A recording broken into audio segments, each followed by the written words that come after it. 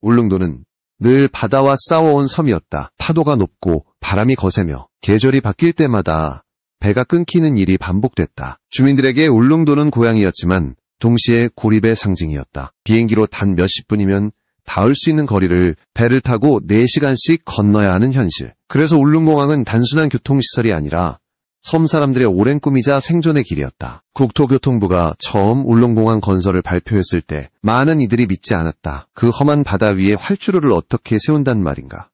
그러나 공사는 시작됐고 지금 울릉도의 풍경은 완전히 달라지고 있다. 공항은 울릉도 북서쪽 사동항 인근 바다를 메워 만들어지고 있다. 전체 부지의 절반 이상이 매립으로 조성되며 거센 파도에 맞서기 위해 두꺼운 방파제가 세워졌다. 이 과정에서 섬 주민들과 기술진들은 매일같이 싸웠다. 콘크리트와 파도, 바람과 철근의 전쟁이었다. 하지만 누구도 포기하지 않았다. 왜냐하면 이 활주로가 완성되는 순간 울릉도는 더 이상 외딴 섬이 아니게 되기 때문이다. 건설이 본격적으로 시작된 지 3년이 지난 지금 공정률은 35.53%에 이르고 있다. 이 숫자는 단순한 진행률이 아니라 대한민국 기술력의 도전이자 기록이다. 육지와 떨어진 바다 위에 공항을 세운다는 것은 아시아에서도 전례가 드문 일이다. 일본의 간사이 공항이 해상공항의 상징이었다면 이제 한국의 울릉공항이 그 뒤를 잇게 될 것이다. 처음 설계가 발표됐을 때 울릉공항은 50인승 소형 항공기 전용공항으로 계획됐다. 이는 ATR-42급 항공기가 기준이었지만 그 규모로는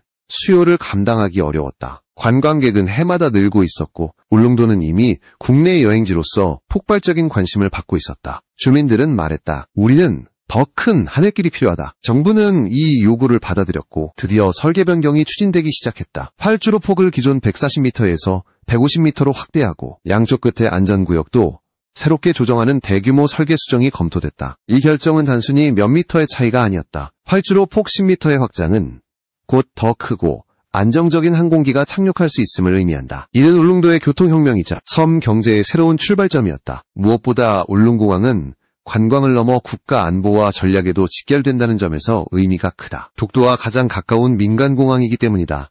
울릉공항의 완성은 단순한 지방 개발이 아니라 대한민국의 동해 수호 체계의 한 축을 더하는 일이다. 이제 사람들은 매립지 위로 솟아오른 활주로의 모습을 직접 볼 수 있다. 거친 파도 사이로 드러난 콘크리트의 길, 그것이 바로 울릉도의 미래다. 공항 주변에는 활주로를 지탱하기 위한 거대한 구조물들이 줄지어 들어서고 있으며 매일 수십 대의 트럭이 자재를 실어 나른다. 마을 어귀에선 여전히 바람소리가 거세지만 그 소리 속에는 이제 희망의 울림이 섞여 있다. 곧 하늘이 열린다.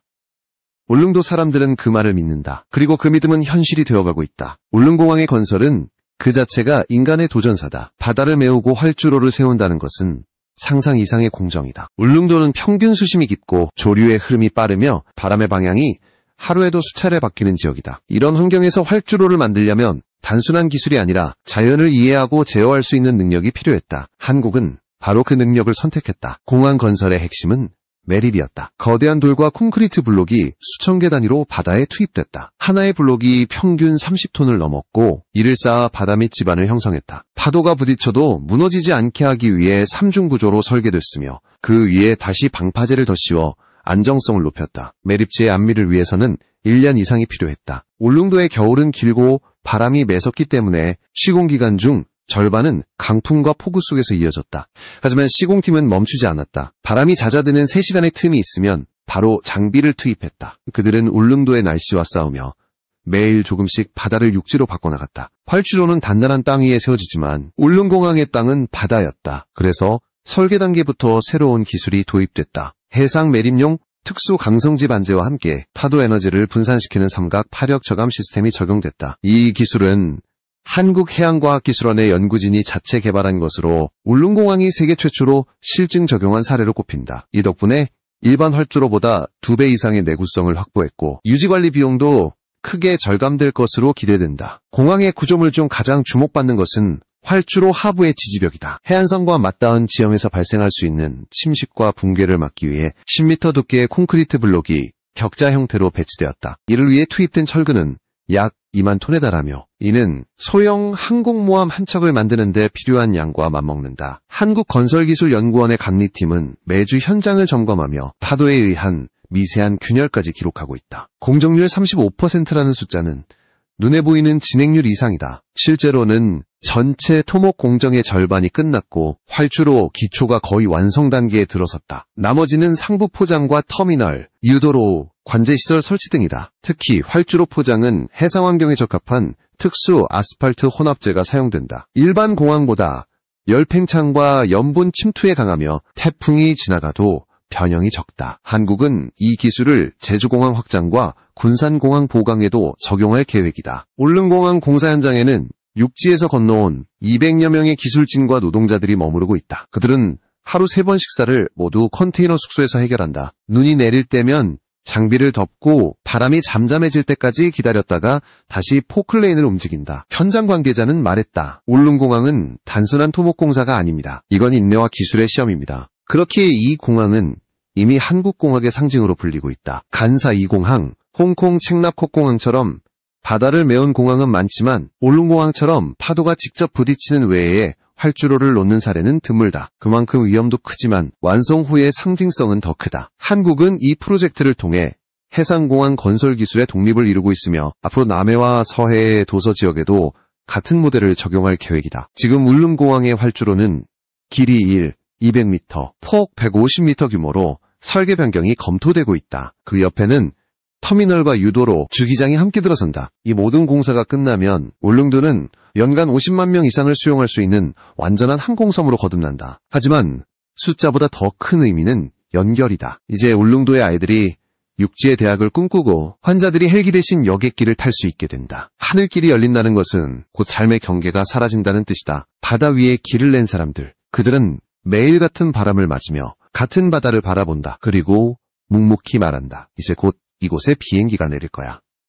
울릉공항의 활주로는 아직 완성되지 않았지만 그들의 손끝에서는 이미 하늘이 시작되고 있다. 설계 변경은 울릉공항의 운명을 바꾼 결정이었다. 처음 계획된 50인승 항공기용 활주로는 지역교통을 개선하기엔 충분했지만 국가 전략과 관광 수요를 감안하면 한계가 분명했다. 울릉도를 찾는 관광객은 이미 연간 40만 명을 넘어섰고 성수기에는 배표 한 장 구하기 어려웠다. 이런 상황에서 50인승 항공편 몇 대로는 수요를 감당할 수 없었다. 그래서 정부는 더 큰 비행기를 울릉도 하늘에 띄우기로 했다. 새로운 기준은 80인승 항공기였다. 대표적인 기종이 ATR-70이다. 이 항공기는 프랑스의 에어버스와 이탈리아 레오나르도가 합작한 이미 전 세계 100여 개 항공사가 운용 중이며 짧은 활주로에서도 이착륙이 가능하고 연료 효율이 뛰어나다. 한국에선 대한항공과 아시아나가 ATR 기종을 도입한 적이 없지만 제주항공이나 에어부산 같은 지방노선 중심 항공사에 적합하다는 평가가 많다. 정부는 울릉공항 완공 시기에 맞춰 ATR-72급 항공기를 운용할 수 있는 국내 항공사를 중심으로 협의를 시작했다. 이 설계 변경의 핵심은 활주로 폭을 140m에서 150m로 확장하고 양끝의 종단 안전구역을 각각 90m 규모로 확보하는 것이다. 종전에는 국제민간 항공기구 ICAO 기준의 최소 안전구역만 적용됐지만 새로운 설계에서는 도심 공항 수준의 안전기준을 반영했다. 활주로 폭 10m의 차이는 단순한 수치가 아니다. 항공기 회전 반경, 날개폭, 착륙각도, 정지거리 등 모든 요소가 재설계되어야 한다. 결국 공항 전체의 구조가 달라졌다. 이 과정에서 가장 많은 논의가 있었던 부분은 착륙대 주변의 토합 안정성이다. 활주로 폭이 넓어지면 바다 매립 구간이 늘어나고 그만큼 집안 침하 위험도 커진다. 이에 따라 해상 매립 구조를 보강하는 지오그리드 복합 지지층이 새로 도입됐다. 이는 파도의 압력과 항공기 착륙 충격을 동시에 분산시키는 복합 소재로 한국 기업이 자체 개발해 국내 특허를 보유한 기술이다. 결과적으로 울릉공항은 외국 기술 의존 없이 완전한 국산 해상공항 구조를 실현하게 됐다. 80인승 항공기의 도입은 울릉도의 하늘길을 넓히는 것 이상의 의미를 가진다. 첫째, 관광 수요를 폭발적으로 확대할 수 있다. 서울 김포나 대구, 부산에서 출발해 1시간 내로 울릉도에 도착하는 항공편이 가능해진다. 둘째, 울릉도는 이제 본격적인 동해관광벨트의 중심지가 된다. 울진, 포항, 독도와 연계된 해상항공 관광이 현실화되며 지역경제가 단번에 살아난다. 셋째, 국가안보 측면에서도 의미가 깊다. 울릉공항은 독도와 불과 87km 떨어져 있어 비상시 민군 겸용 운영이 가능하다. 항공 노선뿐 아니라 전략적 이점까지 확보하게 되는 것이다. ATR-72 급 항공기가 운항되면 울릉도는 기존에 고립된 섬 이미지에서 완전히 벗어나게 된다. 80명의 승객을 한 번에 수송할 수 있는 노선은 물류와 관광, 행정 인프라를 모두 바꿔놓는다. 특히 여름철 기상 악화로 배편이 끊길 때에도 항공편을 유지할 수 있어 응급 환자 이송이나 필수품 수급에 결정적인 역할을 하게 된다. 전문가들은 이 결정 울릉도 항공자립의 신호탄이라고 부른다. 더 이상 육지의 항공 인프라에 의존하지 않고 섬 스스로 하늘길을 열어가는 상징적인 사건이라는 것이다. 국토교통부 관계자는 이번 설계 변경은 단순한 규모 확장이 아니라 울릉공항의 미래 운용 가능성을 30년 앞서 준비하는 결정이라고 밝혔다. 이 결정은 국제적으로도 주목받고 있다. 일본은 이미 오키나와 주변 도서지역 공항의 확장을 검토 중이며 한국의 울릉공항 사례를 참고하고 있다. 또한 동남아의 인도네시아와 필리핀도 한국의 해상공항 설계 기술에 관심을 보이고 있다. 한국은 이 프로젝트를 통해서 공항 건설 기술 분야에서 아시아 선도국가로 자리매김하고 있다. 하지만 이러한 변화에는 도전도 따른다. 기존 설계보다 예산이 15% 이상 증가하고 매립 구간의 안정화에 시간이 더 필요하다. 그러나 정부는 기술로 해결할 수 없는 문제는 없다는 입장이다. 울릉공항은 이미 해상토목, 환경보건, 기상예측 등 10여 개 분야의 첨단 기술이 집약된 복합 프로젝트다. 공사기간은 다소 늘어나더라도 그 가치는 수십 년 동안 이어질 것이다. 결국 80인승 항공기 도입은 단순한 숫자의 변화가 아니라 울릉도가 대한민국의 새로운 하늘 관문으로 서는 선언이다. 지금 울릉도 하늘은 아직 닫혀 있지만 그 하늘을 향한 사람들의 시선은 이미 날아오르고 있다. 그리고 그 중심에는 ATR-72 그리고 울릉공항이라는 이름이 있다. 울릉공항의 의미는 단순한 지역 개발로 끝나지 않는다. 그것은 대한민국 기술력의 자존심이자 섬과 육지를 잇는 국가 전략의 상징이다. 바다 위에 공항을 세운다는 일은 단순히 건설 기술로만 설명할 수 없다. 그것은 의지의 문제였다. 불가능을 가능으로 바꾸는 힘, 그리고 그 중심에 울릉공항이 있다. 대한민국은 이미 인천공항과 김해공항을 통해 세계적 수준의 항공 인프라를 구축한 나라다. 그러나 울릉공항은 그와는 전혀 다른 차원의 프로젝트다. 인천은 평지 위의 공항이지만 울릉은 바다 위의 활주로다. 파도가 매일 부딪히고 태풍이 매년 찾아오는 곳. 이런 환경에서 안전하게 항공기를 띄우려면 완전히 새로운 설계 개념이 필요했다. 그 기술적 도전이 바로 해양공항 자립화였다. 한국은 이번 울릉공항을 통해 해상공항 기술의 모든 과정을 국산화했다. 지반 보강, 방파제 설계, 활주로 구조체, 파력 분산 시스템까지 전부 국내 기술이다. 일본 간사이 공항이 준공 후 지반 침하 문제로 고전했던 것과 달리 울릉공항은 복합 강성 기반층을 적용해 100년 이상 침하 없는 안정성을 목표로 하고 있다. 이 기술은 향후 남해안과 제주, 서해도서 지역에 확대 적용될 예정이다. 또한 울릉공항은 단순한 민간 공항을 넘어 전략 거점으로 평가받는다. 독도까지 불과 87km. 비상시에는 군용 수송기나 구조 헬기도 운용할 수 있는 구조로 설계되어 있다. 이는 한국이 동해연공을 보다 효율적으로 관리할 수 있는 기반이 된다. 독도 주변 해역의 감시체계, 그리고 동해 방공식별구역, KADIZ의 운용 효율성까지 높아지는 것이다. 즉, 울릉공항은 국토방위의 최전선이자 동해 수호의 거점이다. 이와 동시에 울릉공항은 지역사회의 경제구조를 완전히 바꿀 것이다. 관광객의 유입은 물론이고 물리와 의료 서비스, 교육, 주거 환경까지 변한다. 지금까지 울릉도의 병원은 중환자 이송 시 헬기에 의존했지만 공항이 완공되면 항공, 앰뷸런스가 운용될 수 있다. 주민들은 더 이상 폭풍을 뚫고 배를 타지 않아도 된다. 학생들은 서울의 대학으로 주말마다 오가고 농수산물은 당일 배송이 가능해진다. 이런 변화는 곧 삶의 질의 혁명이다. 전문가들은 울릉공항을 제2의 인천공항이라 부른다. 규모가 아니라 상징 때문이다. 인천공항이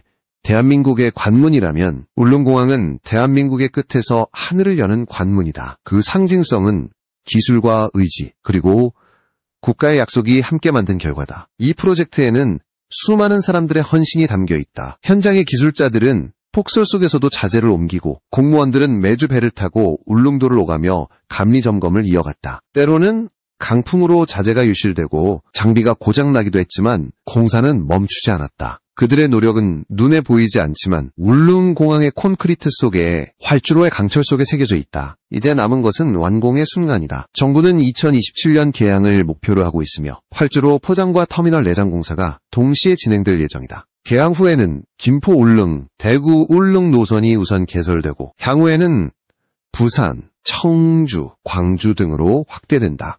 울릉공항이 본격 운영되면 연간 50만 명 이상의 승객이 이용할 것으로 전망된다. 하지만 울릉공항이 상징하는 것은 숫자가 아니다. 그것은 대한민국 이섬의 한계를 넘어 하늘의 확장으로 나아갔다는 증거다. 울릉도의 하늘길은 단순한 비행 항로가 아니라 기술과 의지, 그리고 국민의 신뢰가 만난 결과다. 이제 울릉도 사람들은 말한다. 우리는 더 이상 고립된 섬이 아닙니다. 그 말은 단순한 자부심이 아니다. 그것은 역사의 선언이다. 대한민국의 기술이 바다를 넘어 하늘을 열었고 그 첫 번째 이름이 바로 울릉공항이다. 이 섬의 하늘은 이제 더 이상 닫혀있지 않다. 그리고 그 하늘 위로 대한민국의 미래가 날아오르고